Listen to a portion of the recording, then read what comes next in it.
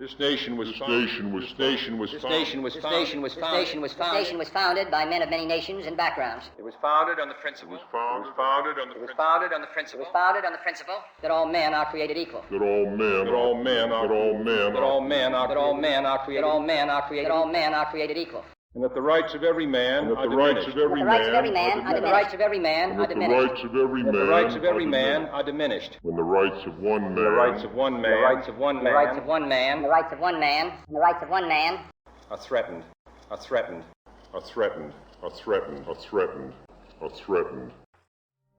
I would like to acknowledge the influential individuals who have made countless sacrifices for the greater good of humanity. If anyone aims to change the world, they must begin with the improvement of self, followed by the improvement of family, community, nation, and if it's meant to be, the world. History was never made by the weak, feeble, or fearful. It is transformed by the resilience, strength, and the determination of others.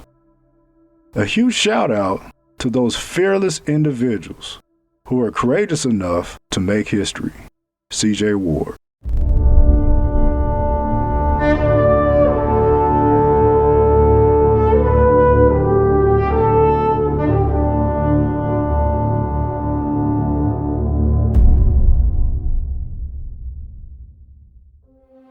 Change will not come if we wait for some other person or some other time. We are the ones we've been waiting for. We are the change that we see. In the words of Mr. Barack Obama.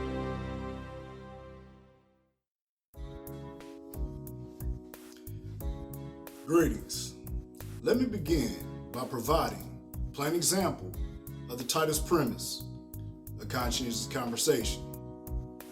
Let us say, in World War II, Germany and the alliance, led by Hitler and the Nazi nation, succeeded and took over the country and brought over prisoners of war during the siege of power.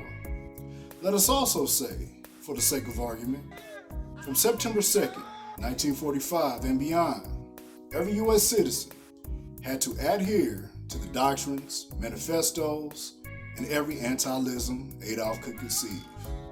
And to make matters more interesting, let us say, for the United States flag, being the United States of America, it was a thin striped banner with one single broken cross, rather than the stars and stripes. A justice system of genocidal holocaust, unwarranted brutality from the Walmart for those who are tagged as golden stars, and constant propaganda from the national spokesman, from which biased communication was invented. Lastly, again, for the sake of conversation, entire generations of lost birthrights through the decimation of family crest and economic oppression. Can you imagine such a condition in this great and prosperous country of incorporated policies? Thank God for the Constitution. Matter of fact, how do you believe our wonderful Constitution will protect the affected if history yielded alternate results?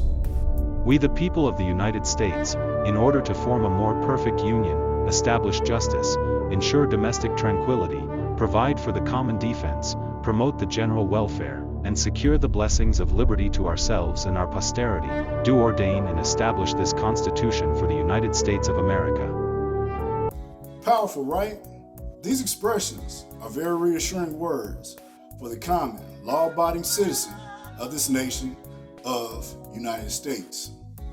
However, how would the previous quote and core of the Constitution assist or aid any prisoners of war under Hitler, the Nazi regime, and the Axis? Let us look at an alternate example of the Constitution if read under Nazi rule. We the people of the Nazi regime, in order to form a more perfect nation, establish dominance, ensure domestic rule, provide defense for the regiment, and also only our nation, and secure the blessings of liberty to ourselves and our posterity, to ordain and establish this Constitution for the Aryan nation. How does this doctrine sound with a few name changes and forced policies? Does this change your mind about the Constitution of the United States of America, or alter your feelings about how the world would be if the war went another direction? How about other nations of the world? Do you believe this change in verbiage would impact Japan and the Italian Social Republic? Or better yet, try to envision Japan as the current Republic of China and the Italian Social Republic victorious over the Soviet Union. Regardless of the answer, we both can agree this world would definitely be altered in some form or fashion. With this substitute example of World War II's fate, we can firmly acknowledge war changes things economically, culturally, and legislative, etc. Therefore, since we have discussed the topic of worldwide conflict briefly, let us proceed by breaking down the effects of war domestically. Due to the mounting number of opposing views and values carried out on the soil of the current United States of America, there is an overabundance of wars and conflicts to choose from. The Cherokee and American War and numerous conflicts involving native tribes, inland skirmishes, the Mexican and American War and various rebellions, to the monumental American Civil War and financial factors embodied. However, for the sake of a conscientious conversation, the American Civil War will suffice.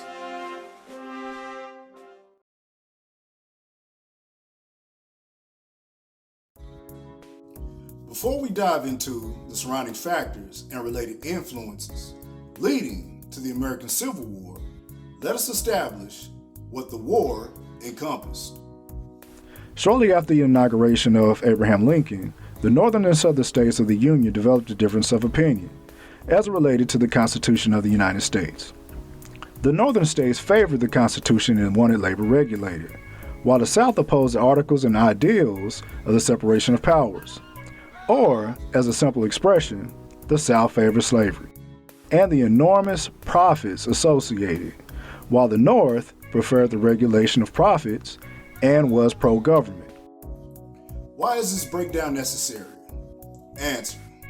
After the first slave ship docked the shores of a Virginia colony in 1619, the Cherokee, Seminole, Comanche, and other native tribes fought over their homelands. The Mexican nation battled over the territory north of the modern Mexican border. Most of the opposing forces derived from European descent. Now, why is this important?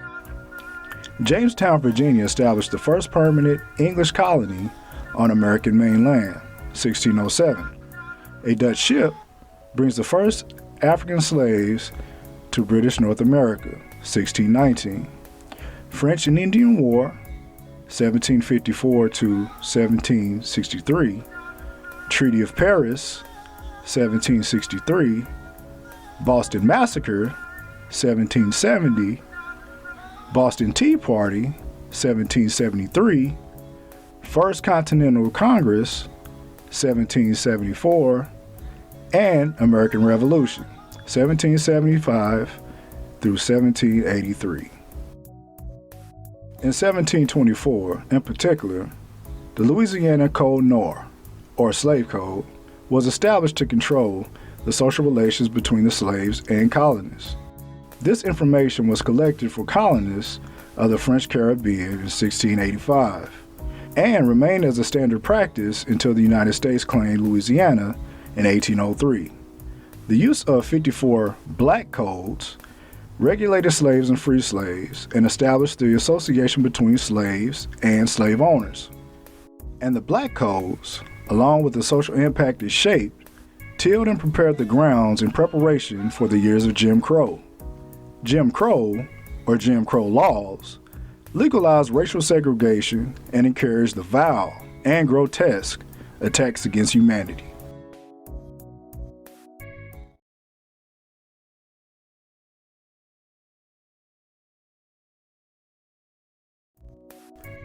Based on the enormous profits attained by southern states of the Union, the northern states wanted government regulations established to control the profits and the slave monopoly held by the Confederate States, checks and balances, etc. From these intentions, the Constitution of the United States was created. In addition to the Constitution of the United States of America, the Constitution of African Civilization Society and the Constitution of the Female Anti-Slavery Society of Salem were also created and established. Then, on September 25, 1789, the first Congress offered 12 amendments to include in the Constitution. From the 12 proposed amendments, 10 of the amendments were ratified by the state legislation on December 15, 1791, better known as the Bill of Rights.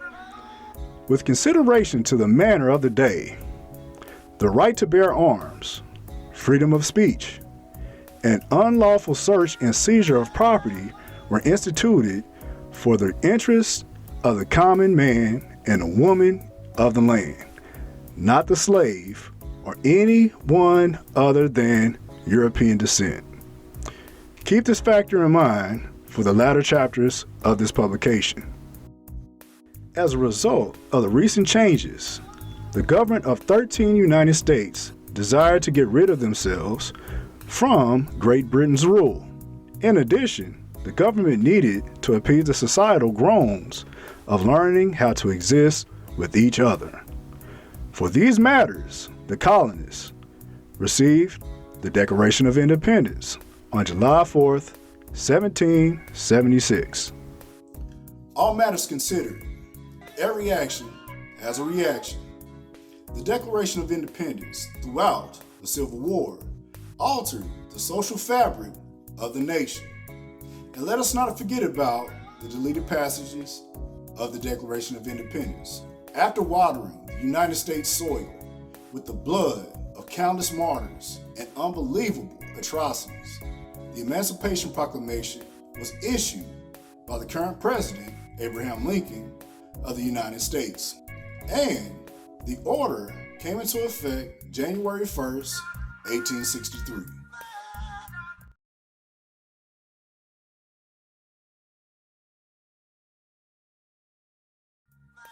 After briefly covering a few U.S. origins, I am reminded of the following saying: there is nothing new under the sun, which is and holds a particular bearing to the timeline of world history. For example, during the time periods covered from 1619 to 1863, there were countless individuals and groups of individuals who chose to fight against their circumstances and rebel in contradiction to oppression. Based on these principles of rebellion, and contrary to the times from BC or BCE, there have been hundreds and hundreds of rebellions, revolts, uprisings, and revolutions. From the Athenian Revolution establishing democracy in Athens from 508 to 507 BCE to the 2006 democratic movement in Nepal. No one can argue against the voices and concerns of the people or masses.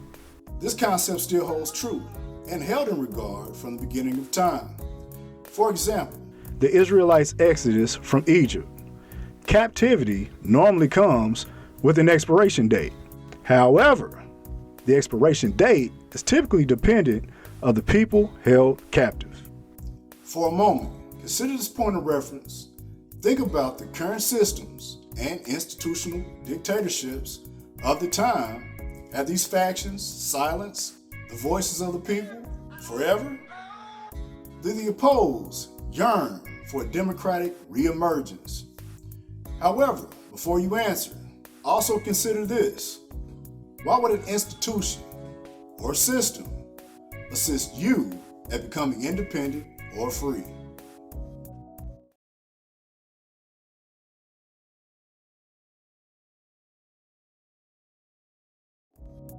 Apart from minorities facing the life of oppression, the segregated world of a slave indentured servant, or free man, would also include another form of oppression, genocide, by dispersing the infamous Willie Lynch letter or the terminology of Johann Friedrich Blumenbach. Along with the mental traumas associated to supremacist teachings, have survived the test of time and proven effective by the current state of any and every melanated male who has ever set foot on American soil or territories of American influence. Although the race classifications of Blumenbach or the purported Lynch letter played a part, it is hard to ignore the teachings of the timeless story of Cain and Abel. Unfortunately, the U.S. society has adopted and embraced the traditions of selfishness rather than selflessness, and proof of this allegation can be seen across the board. With these forms of environmental, mental, behavioral, and physical conditions, where is the protection? Self-preservation. Now, a person must ask themselves, what's wrong with self-preservation? If so, my best response would be nothing, per se.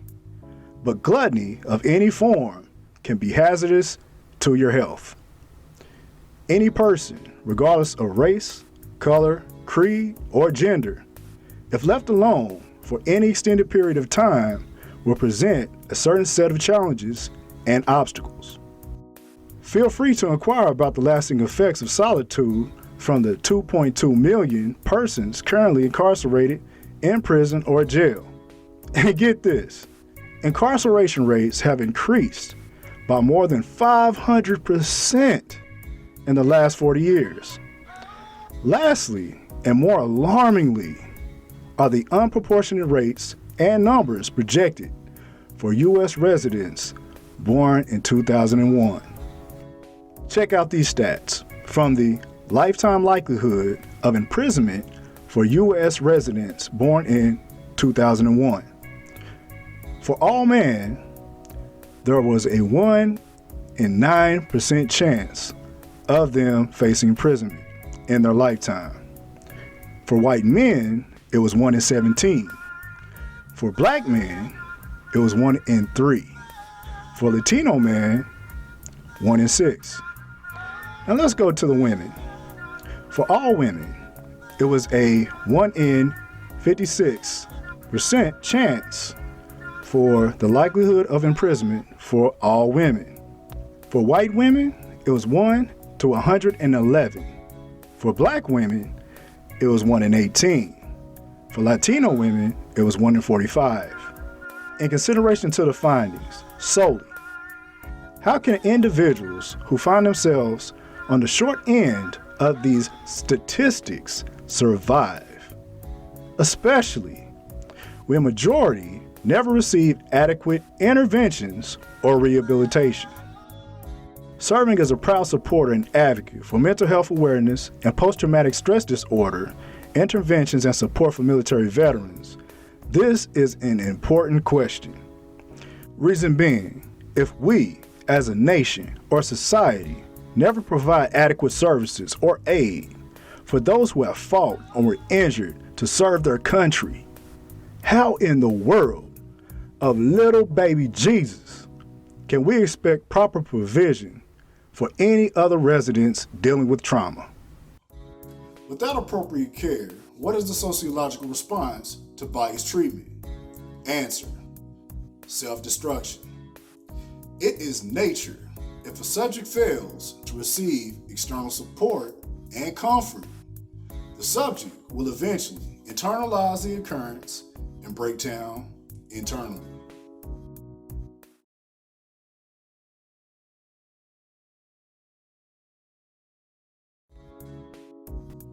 A few minority perspectives may suggest you're only speaking from a vantage point of the oppressed and downtrodden. My career and networking opportunities have afforded a great lifestyle for my family and I. And for many U.S. residents and non-residents, this is an honest and accurate depiction of their outlook. However, I hate to burst any bubbles. Reason being, if anyone is classified as a minority, with the exception of an extremely low percentile, roughly 1 to 2%, in this country and have attained a certain level of wealth, you and your family are always one generation or a hardship away from joining the other 98% of the country. Based on this sense of realism, what is your initial thought after reading the following? Belligerents hold prisoners of war in custody for a range of legitimate and illegitimate reasons, such as isolating them from enemy combatants still in the field, releasing and repatriating them in an orderly manner after hostilities, demonstrating military victory, punishing them, prosecuting them for war crimes, exploiting them for their labor, recruiting or even conscripting them as their own combatants, collecting military and political intelligence from them, or indoctrinating them in new political or religious beliefs. Any impressions? Are you still debating over your overall assessment or feelings? If so, read the following statement and hopefully it will assist you with your interpretation. Belligerents, a nation or person engaging in war or conflict, hold prisoners of war, a person, whether combatant or non-combatant, in custody for a range of legitimate and illegitimate reasons, lawfully or unlawfully, such as isolating them from enemy combatants in the field, releasing and reparating them in an orderly manner after hostiles, demonstrating military victory, acknowledged for a physical accomplishment, punishing them, oppression, prosecuting them for war crimes, justice system, exploiting them for their labor, indentured servitude, recruiting, and even conscribing them to their own combatants, slavery, collecting military and political intelligence from them, networking, or indoctrinating them into new political or religious beliefs, politics, and religion. Now, with the definitions added, had your feelings changed, altered, or remain the same?